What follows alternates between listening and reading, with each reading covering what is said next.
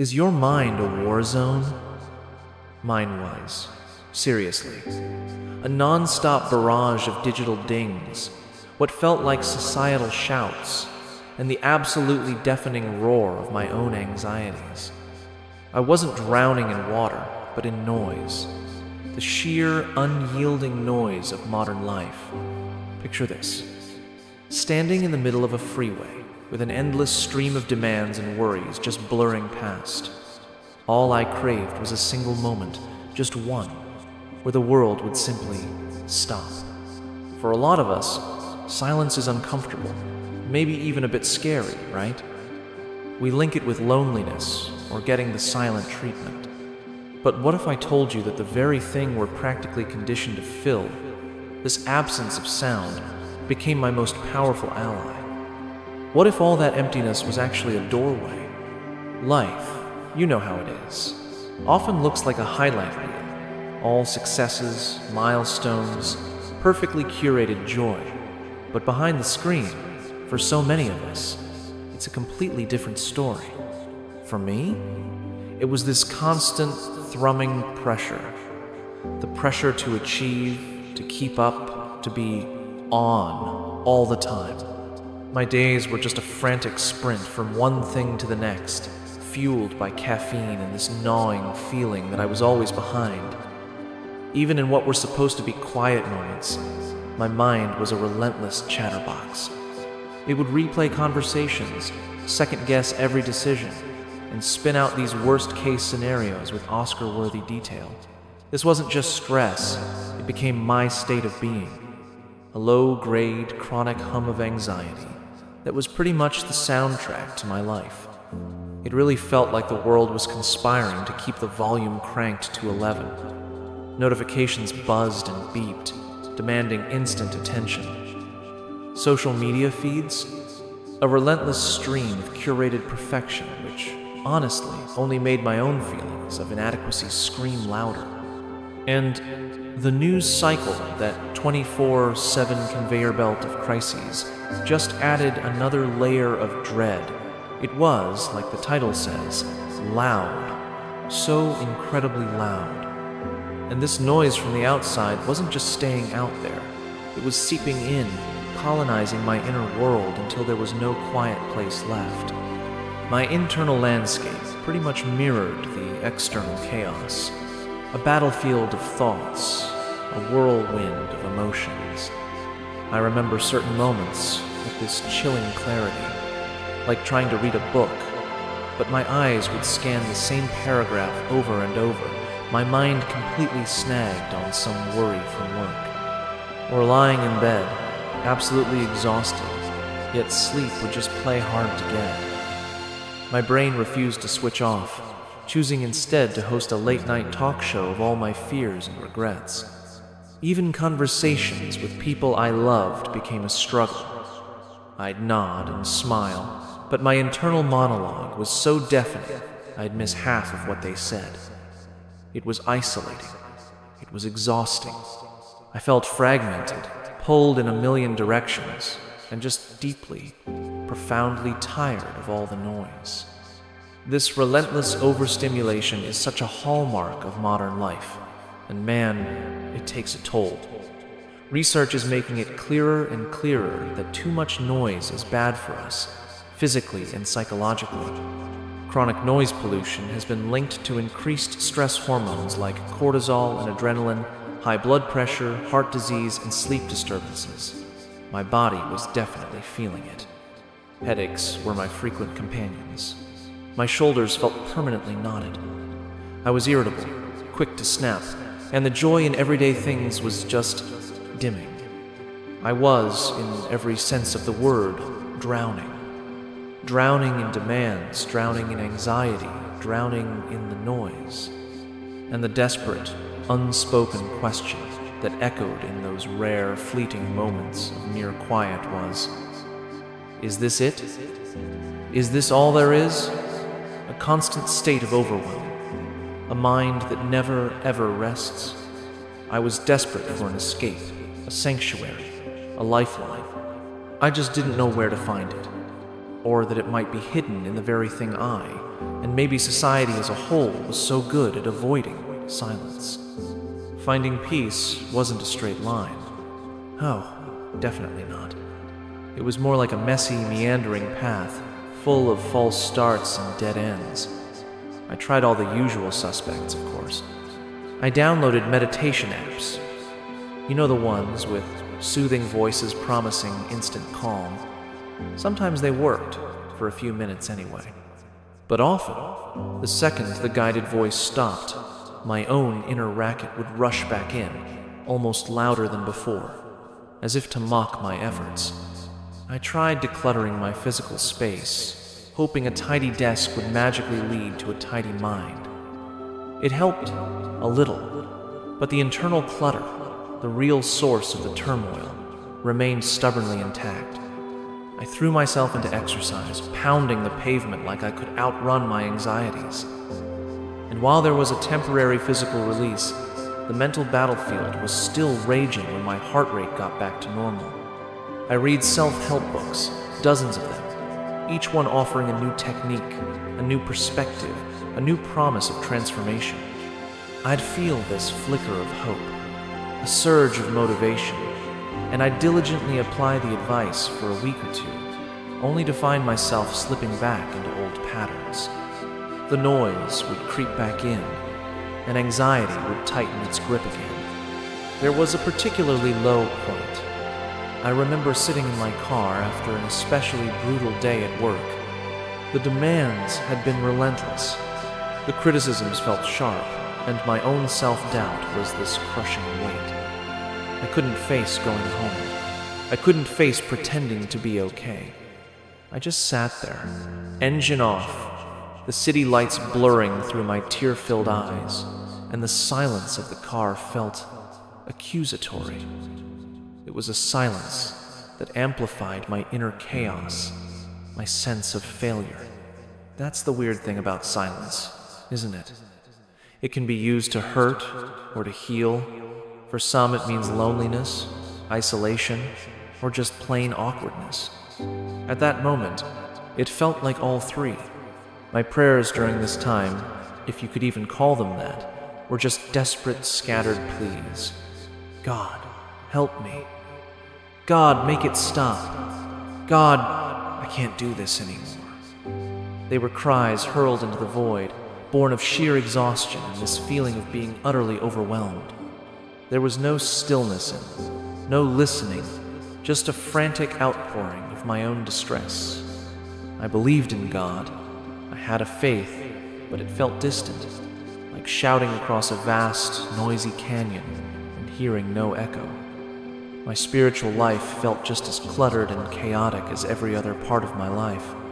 The irony was that the world, even the wellness world, often tries to combat noise with, well, more noise. More podcasts, more workshops, more advice, more doing. I was doing so much, trying so hard, but getting absolutely nowhere. I was stuck in this cycle. Overwhelm, a frantic search for a solution, temporary relief, if any, and then right back to overwhelm. It felt like being caught in a rip current, flailing my arms, exhausting myself, but only getting pulled further out to sea. This struggle wasn't just about managing stress. It was about a deeper yearning, a yearning for meaning, for connection, for some sense of grounding in a world that felt increasingly unmoored. I'd see other people who seemed to navigate life with this sense of calm, an inner poise that I desperately craved. What was their secret? Was it something I was missing? Some fundamental piece of the puzzle that had just eluded me? The constant noise and relentless demands of modern life weren't just making me anxious. They were making me question the very fabric of my existence, the sustainability of living in a perpetual state of high alert. The weight of it all was immense. I knew something had to change, drastically, but I was running out of ideas and, frankly, energy. The noise was winning. The shift wasn't some dramatic lightning bolt from the heavens moment. It was quieter, more like a subtle change in the wind, almost imperceptible at first. It began, as profound changes often do, not with a grand gesture, but with a moment of quiet desperation, a kind of surrender. I was at my wit's end, just tired of the striving, tired of the noise, tired of myself. I'd exhausted all my strategies, and the battlefield in my mind was still littered with the casualties of my failed attempts at peace.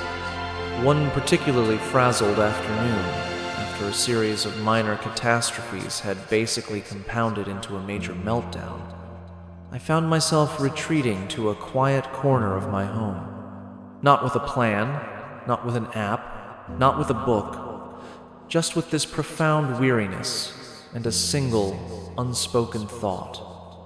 I give up. Not in a hopeless, throwing in the towel sense, but more in a letting go sense. I had no more fight left in me to try and wrestle my thoughts into submission or to find the next quick fix. And in that space of giving up, something pretty unexpected happened. I just sat, in silence. Not a forced silence, not a now I am meditating silence, but just a stopping. The inner chatter was still there, of course. The anxieties, the to-do lists, the worries, they didn't magically vanish. But for the first time, I didn't engage them. I didn't fight them. I didn't analyze them. I just sort of let them be, like clouds drifting across the sky of my awareness. It was profoundly uncomfortable at first, I won't lie. My mind, so used to constant stimulation, really bucked against the stillness.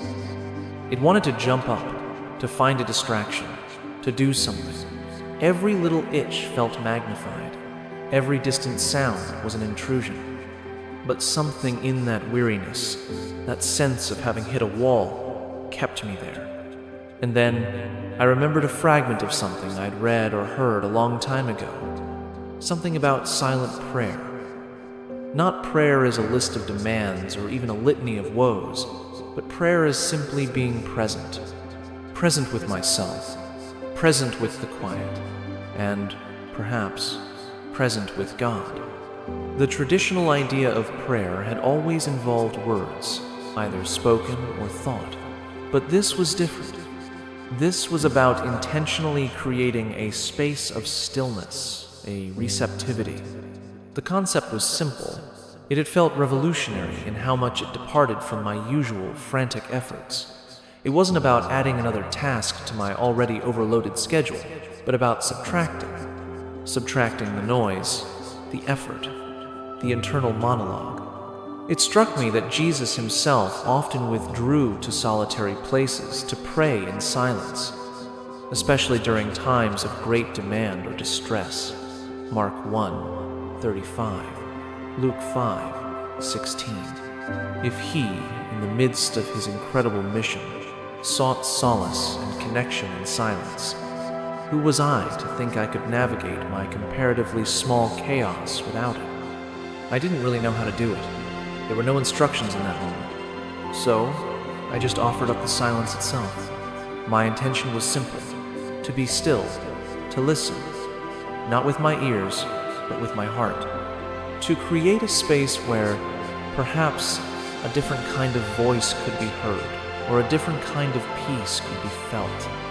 It wasn't about emptying my mind, which I quickly learned is an impossible task, but about letting the relentless waves of thought wash through without being swept away by them. That first attempt was probably no more than 5 or 10 minutes. It felt like an eternity. My mind was like a hyperactive child in a library. But amidst all the fidgeting and the mental noise, there was a tiny flicker, a moment, maybe only a second or two, of actual quiet. Not just the absence of external sound, but a brief pause in the internal clamor. It was like the eye of a storm, a small, almost imperceptible pocket of calm surrounded by turbulence. It wasn't a magical cure. The anxieties didn't instantly evaporate, but something had shifted.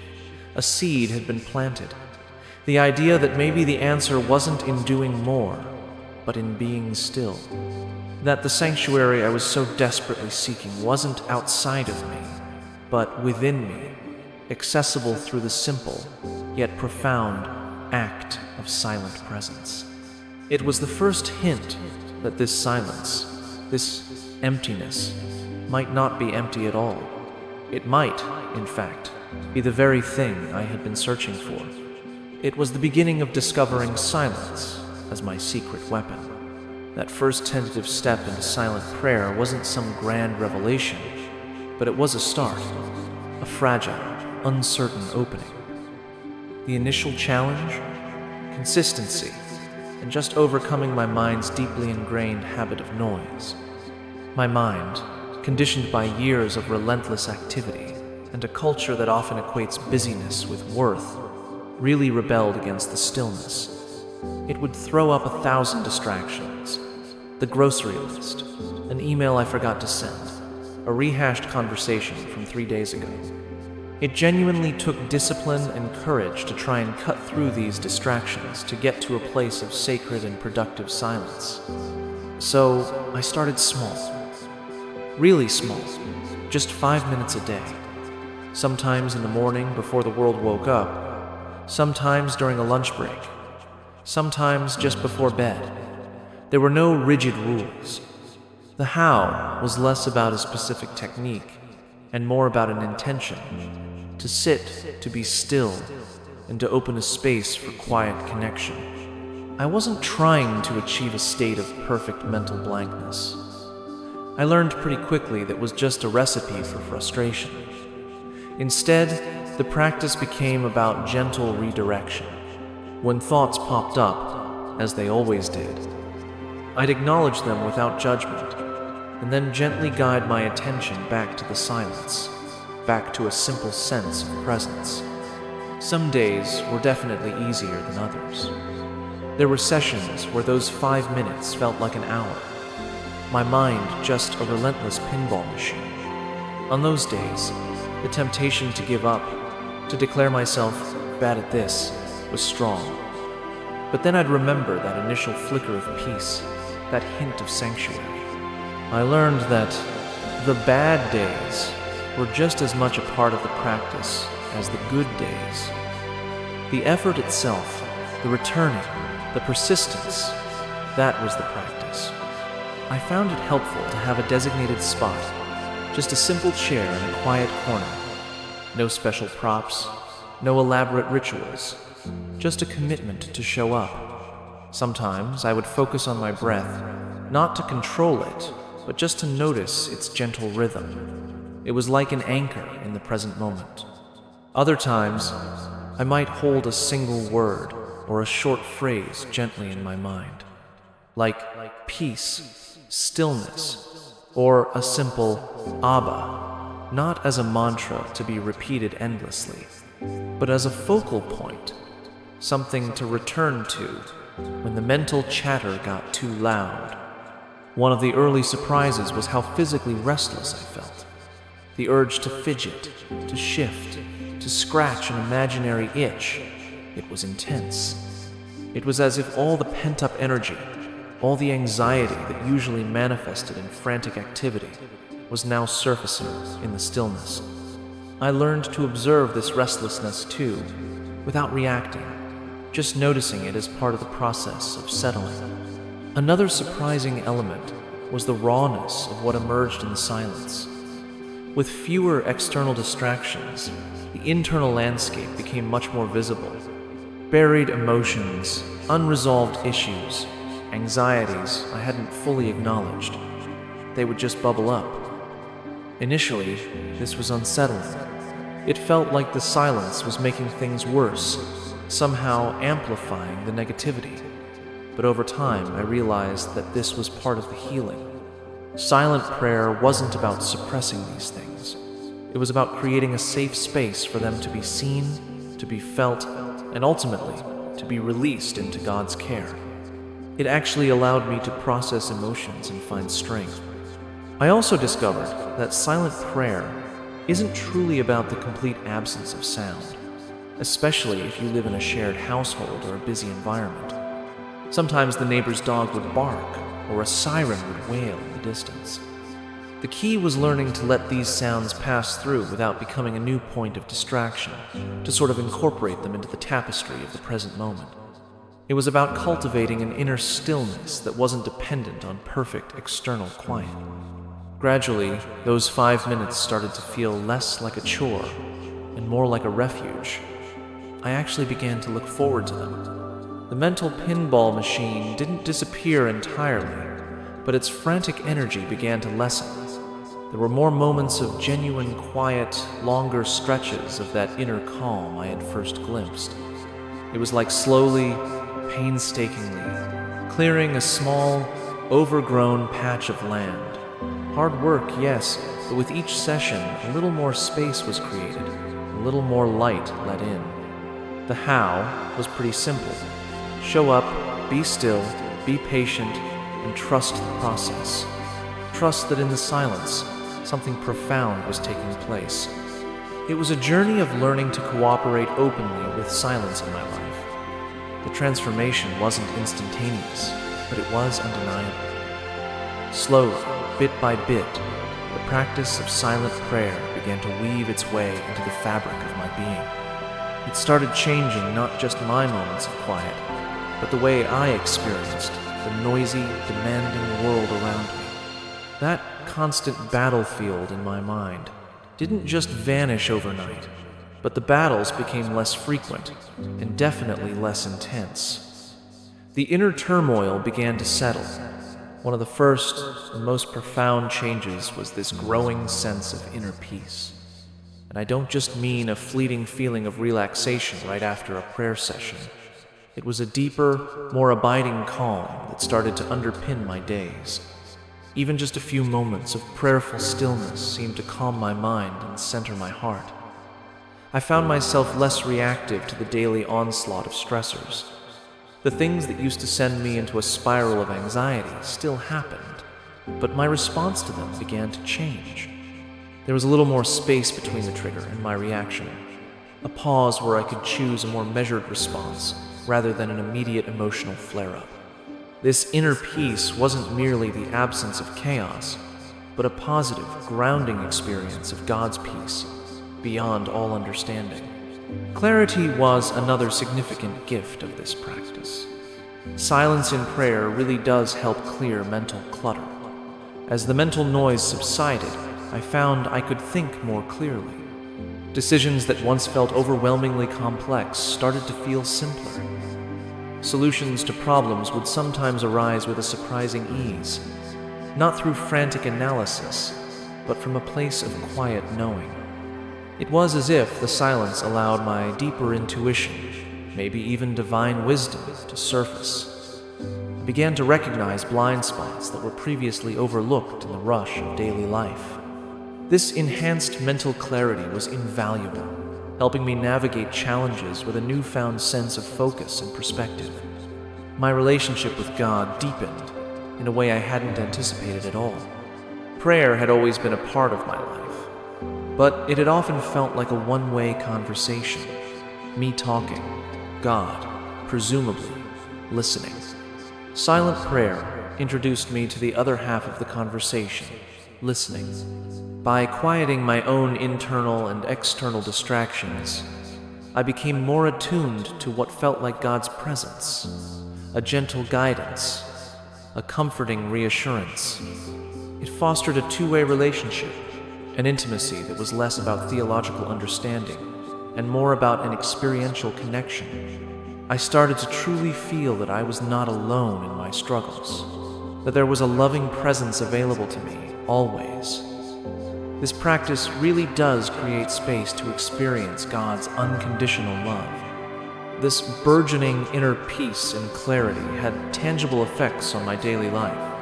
My sleep improved. Those racing thoughts that once kept me awake for hours began to quiet. I had more energy. My relationships benefited too. Because I was less consumed by my own inner turmoil, I could be more present with others, listen more attentively, and respond with greater empathy and patience. The fruits of this prayer are first seen in daily life, that's for sure.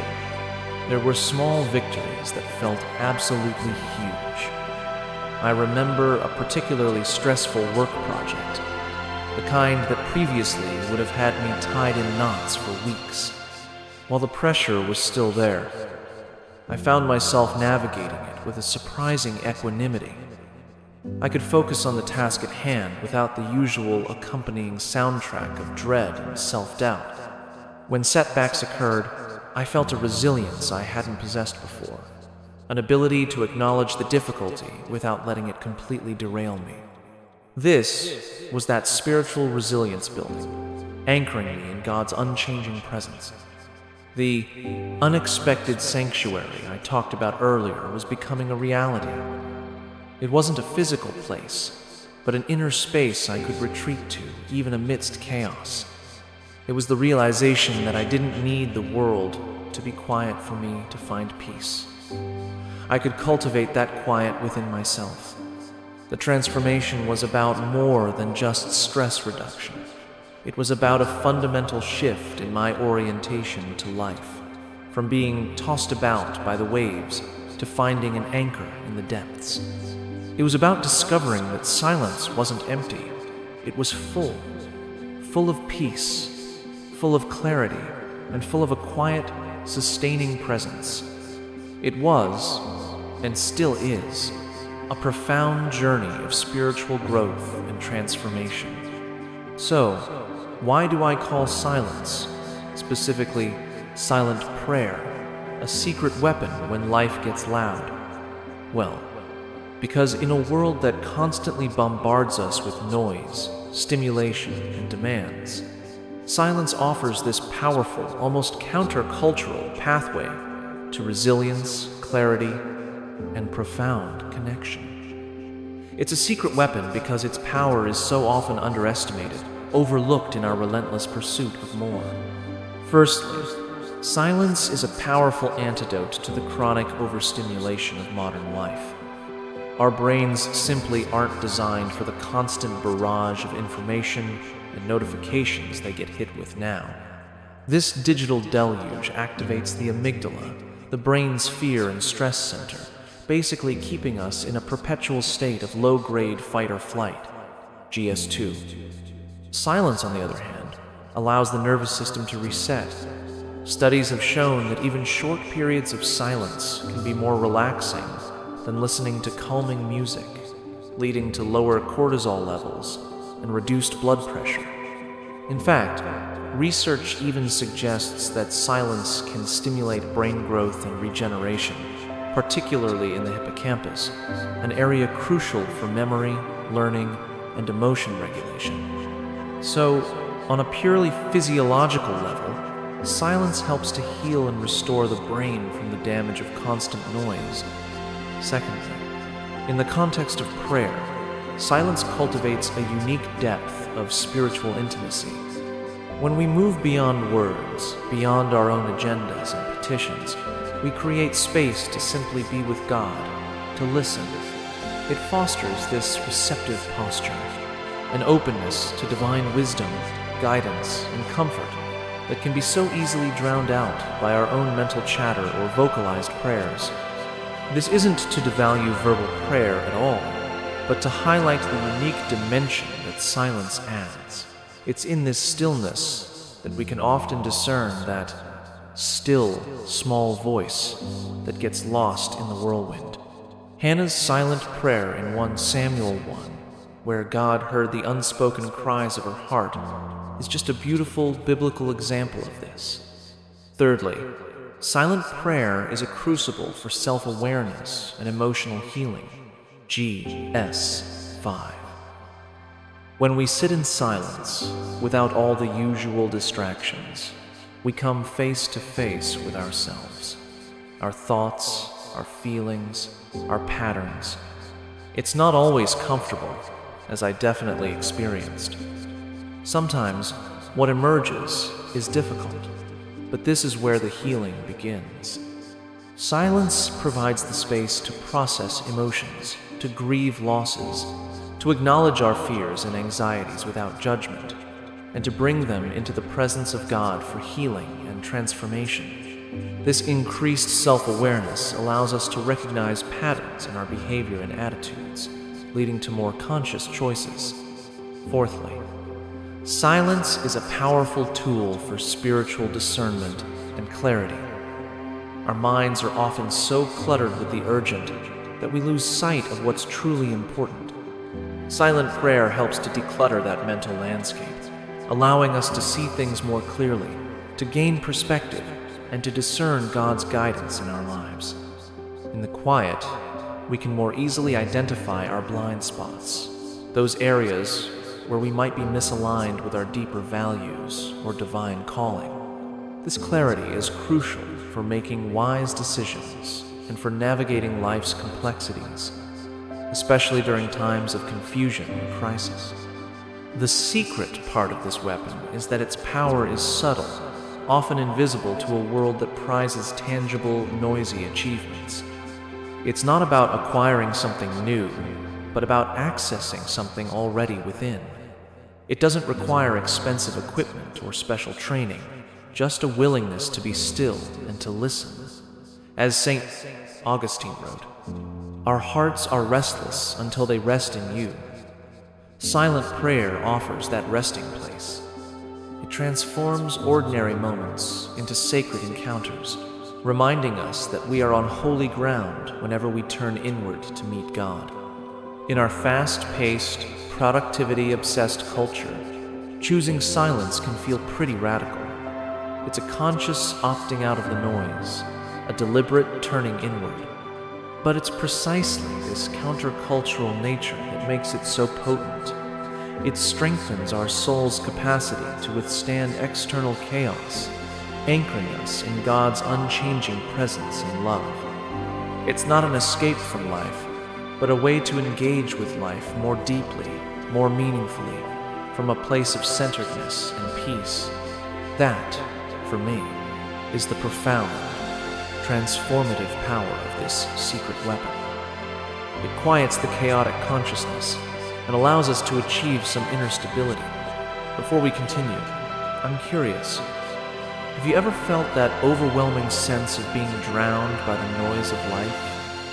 What are some of the ways you've sought quiet or peace?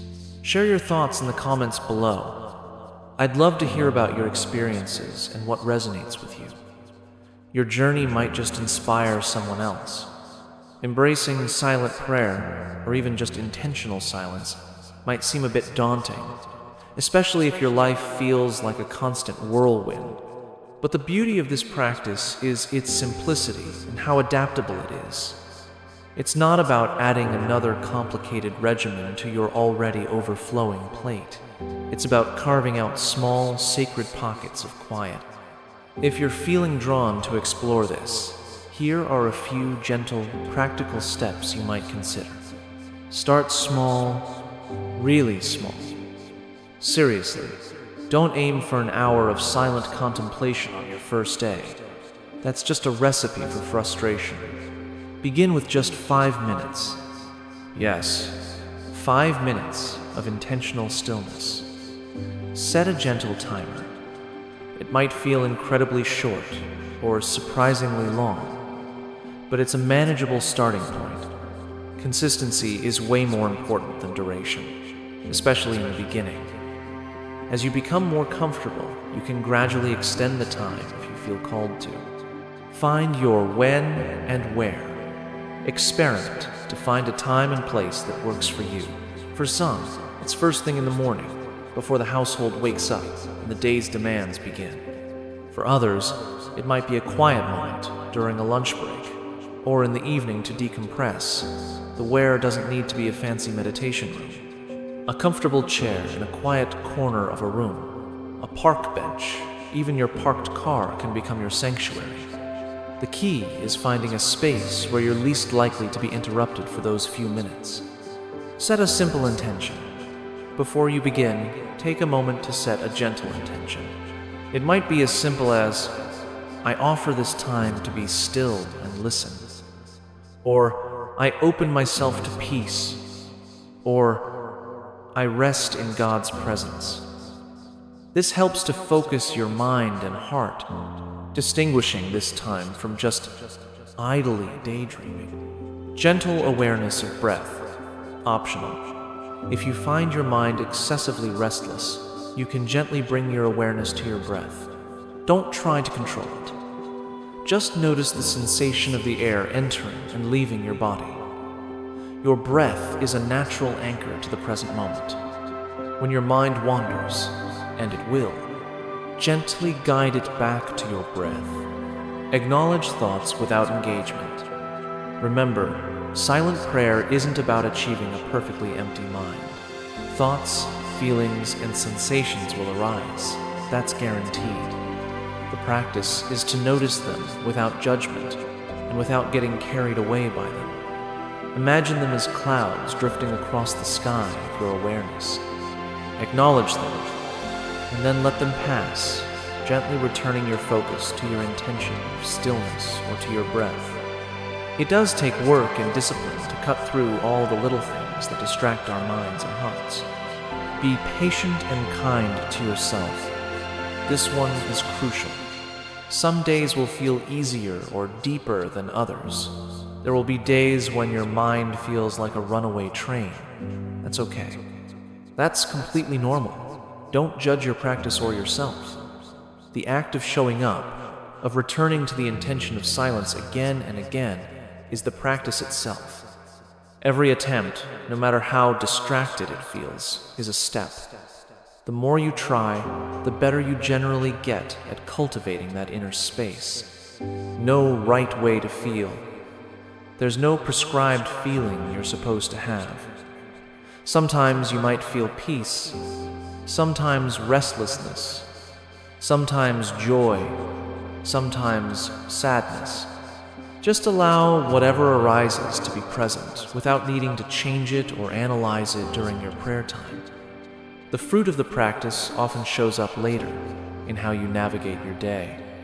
Beyond formal sessions, finding moments of silence.